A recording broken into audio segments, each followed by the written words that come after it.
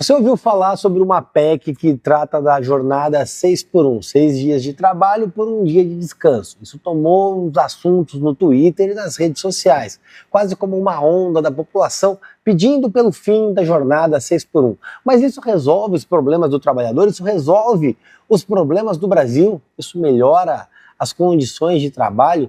A PEC realmente quer acabar com a jornada 6x1? O que trata o texto? Você leu o texto? Pois é. Tem muita informação que precisa ser esclarecida sobre esse assunto, que tem muita gente falando e pouca gente se aprofundando, e principalmente que foi abocanhado pela esquerda. A deputada psolenta, que era vereadora aqui em São Paulo, Érica Hilton, foi a autora da proposta, que ganhou logo o endosso do PT e de todo o establishment. Todo o sistema de imprensa passou a utilizar a PEC da Érica Hilton para, de alguma maneira, perseguir parlamentares de direita que, naturalmente, eram contra mais uma regulamentação trabalhista. A gente tem que partir do seguinte princípio. A jornada de trabalho, a escala de trabalho, do jeito que acontece hoje no Brasil, ela é determinada pela Constituição Federal e pela legislação trabalhista, que estabelece os parâmetros, os limites para a jornada de trabalho. Hoje a jornada não pode extrapolar 8 horas diárias e 44 semanais, sendo necessário um DSR, um descanso semanal remunerado, que preferencialmente caia uma vez por mês aos domingos. Aí que se cria a jornada 6x1, porque você pode trabalhar 6 dias na semana desde que descanse um. É isso que estabelece a legislação trabalhista. Aonde reside o problema? A Érica Hilton problematizou uma situação que é a jornada 6x1, porque o brasileiro não teria direito a descanso. Só que muita gente imaginou então que ela estivesse apoiando a criação da jornada 5x2, ou seja, que você trabalhasse 5 dias na semana e descansasse 2, preferencialmente aos sábados e domingos. Mas não é isso que diz o texto da PEC. O texto da PEC fala uma coisa muito diferente. Você chegou a ler? Então, vamos ler junto. E aqui nós temos a proposta de emenda à Constituição apresentada pela Érica Hilton. Diz o seguinte, artigo 1º. O inciso 13 do artigo 7º passam a vigorar com a seguinte redação. Quer dizer o quê? Que vai dar nova redação ao inciso 13 do artigo 7º da Constituição Federal. E qual é a nova redação? Duração do trabalho normal não superior a 8 horas diárias e 36 horas semanais, com jornada de trabalho de 4 dias por semana, facultada a compensação de horários e redução da jornada mediante acordo ou convenção coletiva de trabalho. A grande verdade é que até mesmo a esquerda sabe que essa proposta, essa PEC da Érica Hilton é irreal. A advogada Maria Lúcia Benhame define a PEC como inviável e ainda pontua. A justificativa da proposta, segundo a atual adoção da redução da jornada de trabalho, sem redução dos salários, impulsionaria a economia brasileira e a redução das desigualdades é uma conta de padeiro que não é real. Sabe quem disse? A advogada trabalhista Maria Lúcia Benhame. Assim como a mesma advogada disse, nenhuma redução de jornada gera emprego por si só. Em 86, a jornada no Brasil era de 48 horas semanais e a taxa de desemprego por volta de 3%.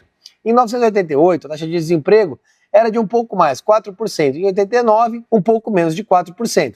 Se a redução da jornada gerasse emprego, em novembro de 88, a redução da taxa de desemprego deveria ser visível, pois mais de 10% dos trabalhadores seriam necessários se você usasse esse raciocínio simplista de reduzir a jornada e gerar novos postos de trabalho. Um baita argumento dessa advogada. A questão é a seguinte, a proposta da Érica Hilton, ela é irreal, ela é inadmissível. Ela não está falando, olha só, vamos folgar 2 dias na semana. Não, ela está dizendo o seguinte, olha que absurdo, tenta fazer a conta comigo. Você vai trabalhar no máximo 8 horas diárias. Se você trabalha 8 horas por dia e 4 dias por semana, que é o limite estabelecido pela Érica Hilton, 4 vezes 8 dá 32. Só que no máximo você pode trabalhar 36 horas semanais. Se o limite semanal é 36, mas você pode trabalhar 8 por dia, é impensável. Ah, mas aí você compensa e paga a hora extra a partir de qual? Ela cria ainda uma celeuma jurídica porque o texto ele é inadequado sob a adequação técnica da norma, a aplicabilidade da mesma. Simplesmente não há fundamento. Mas ainda que fosse adequado e a Érica Hilton estivesse falando que você pode trabalhar no máximo 4 dias por semana, 8 horas diárias e 32 horas semanais, que seria o limite dentro da adequação da norma, ainda assim é completamente impensável. Porque existe um outro parâmetro que é justamente os custos do empregador. Se você reduz a jornada de 6 dias por semana para 4, o que você tem que fazer? contratar mais gente. Só que você, empregador, está achando que vai ganhar o mesmo salário? Não vai, porque o salário é pautado justamente na tua carga horária. Ou seja, o seu salário seria reduzido para que o empregador contratasse mais um. Sabe o que é isso? Socialismo com o teu dinheiro. Porque você vai pegar o teu salário e dar para um outro funcionário. Você topa? Você diminui sua jornada pela metade, pega a metade do teu salário e dá para o coleguinha? Vai fechar a conta na sua casa? Seu aluguel vai ser pago? Você vai conseguir comprar a cesta básica no fim do mês? Eu imagino que não. E eu imagino que você prefira trabalhar do que fazer essa conta burra que a Erika Hilton propõe. Só que a conta é pior. Porque não é somente o salário nominal. Você sabe muito bem que quando você paga o seu salário, tem encargos que vêm junto deles. Você paga INSS, tem a contribuição de FGTS, tem os impostos que são dados ao empregador por conta do trabalhador, que quase dobram o salário. Ou seja, se ele tem que reduzir a tua jornada de trabalho para reduzir pela metade o teu salário para contratar um coleguinha para trabalhar com você, ele vai pagar impostos sobre o salário do coleguinha, que são mais caros do que a redução dada pelo salário. Ou seja, o empregador vai pagar mais imposto. O bolso do Lula e as festas da Janja passam a ser custeadas com esses impostos. Incrível, né? No final das contas, o produto final, que é aquele dado pela operação onde você é remunerado, se torna mais caro. Porque o custo de produção, que inclui a mão de obra, se torna mais caro. E naturalmente isso gera o quê? Inflação. Se gera inflação, a diminuição do poder de compra do senhor, que teve a jornada de trabalho reduzida e por conta de tudo isso, o seu salário também foi reduzido. Ou seja, a cesta básica, a picanhinha, a cervejinha do churrasquinho vai ficar tudo mais caro. E no final do dia, você vai poder comprar menos porque você vai estar ganhando menos. E não vai poder trabalhar porque o Lula proíbe. Então você vai pegar a tua jornada que caiu para 4 dias por semana e vai ter que arrumar um bico nos outros 3 para ganhar o que você ganhava antes trabalhando 6 dias por semana. Incrível, não é? Essa é a conta de padeiro que a Erika Hilton fez, desmistificada, que te traz um problema imenso para a sua vida. Acontece que no meio disso tudo, eu vi que isso era uma barbaridade, porque a gente tem a Erika Hilton querendo legislar em causa trabalhista. E vamos concordar? Vamos concordar, se a norma trabalhista fosse bom, não estava cheio de brasileiro querendo entrar ilegal nos Estados Unidos para trabalhar sem lei trabalhista lá. É um bom argumento de padeiro também, mas está embasado na realidade. Os caras fogem do Brasil para trabalhar para um caramba nos Estados Unidos porque preferem não ter lei trabalhista lá, mas botar todo o dinheiro no bolso. Eu te faço uma pergunta. Você preferiria pegar o seu salário, mais o desconto do INSS, mais o desconto do FGTS, mais os encargos e botar no teu bolso ou ficar pagando para o governo? Olha o teu olerite, pega lá, vê os encargos, INSS. Toda vez que você pega um olerite, você olha ali, você fica puto da vida, porque é imposto. Eu tenho funcionário que trabalha para mim. Eu olho a olerite deles, eu fico com dó dos caras. Porque eu falo, olha o que eu estou deixando de pagar direto para o meu funcionário para pagar imposto. Dá dó das pessoas, porque você está dando na mão do governo e você sabe que não volta. É injusto, é desleal. Para você de direita, você conservador que está assistindo esse vídeo, quer entender como essa picuinha toda começou? Porque é um projeto que não vai ser aprovado, ainda mais da Erika Hilton. Começou com esse cara aqui, ó. O influencer pela redução da jornada surpreende PSOL e é eleito vereador no Rio. O cara chama Rick Azevedo e ele tem um movimento chamado VAT, Vai Além do Trabalho. Ele é lá do Rio de Janeiro e quer que as pessoas fiquem mais em casa e diminuam a jornada de trabalho. O que o tal do Rick quer é estabelecer uma escala 4x3, 4 dias trabalhados versus 3 de folga, ou seja, na prática, todos os setores teriam uma redução de jornada de aproximadamente 18%. Mas aí a Erika Hilton, oportunista que é, pegou, viu que o cara ganhou a eleição e tinha uma bola quicando ali, que era justamente essa pauta, ela foi lá, agarrou essa bola que estava quicando e apresentou a PEC, roubando para si a pauta do coleguinha psolento. E não dá para esperar que essa gente que vive falando que odeia a classe média e quer acabar com o empreendedor, falando em normas que beneficiem o empreendedor. E é engraçado que é justamente no mesmo momento que o Lula fala que vai trabalhar para o empreendedor. Como? Atrapalhando ele empreender, porque é assim que a esquerda funciona. E aí vale lembrar o que o Boulos falou. Boulos disse, empresário não pode só arrancar o couro do trabalhador, tem que ter contrapartida. E a contrapartida que eles fazem é acabar com o seu emprego, com o seu salário e aumentar a inflação.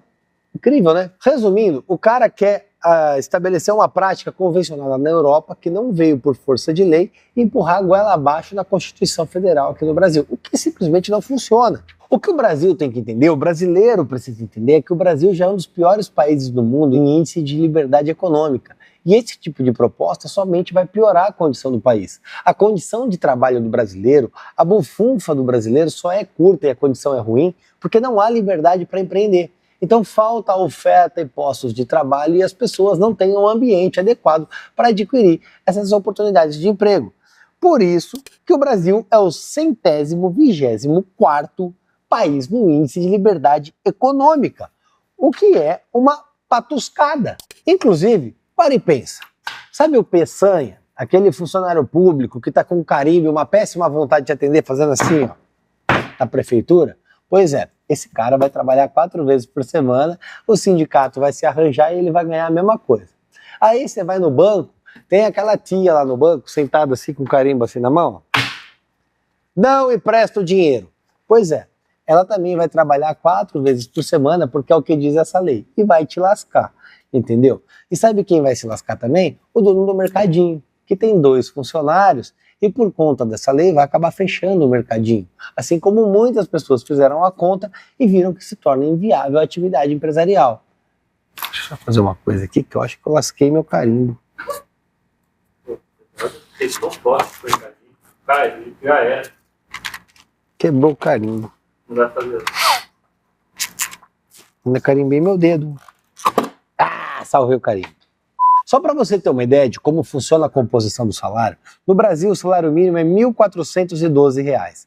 A contribuição previdenciária, aquela do INSS, que os mais antigos chamam de NPS, é de 8% a 11%. O imposto de renda que você paga é de 7,5% a 27,5% para quem recebe acima de R$ 1.900.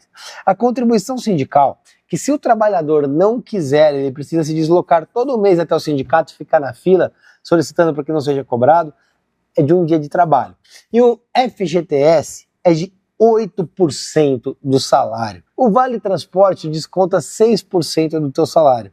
E o Vale Refeição pode descontar até 20% do valor entregue. Ou seja, o seu salário já vai sendo esquartejado por conta dos grandes direitos trabalhistas criados pela legislação. Seria muito mais adequado se você pudesse negociar isso no momento do contrato do que ficar esperando um burocrata chamado Érica Hilton apresentar uma norma para te criar um benefício. A grande verdade é que o mais próximo que o Brasil chegou de ter uma liberdade negocial entre empregador e empregado foi na gestão Bolsonaro, com a carteira verde e amarela do ministro Paulo Guedes, que infelizmente não é mais nosso ministro. E você quer um exemplo de como essa legislação é ruim? É o caso das domésticas.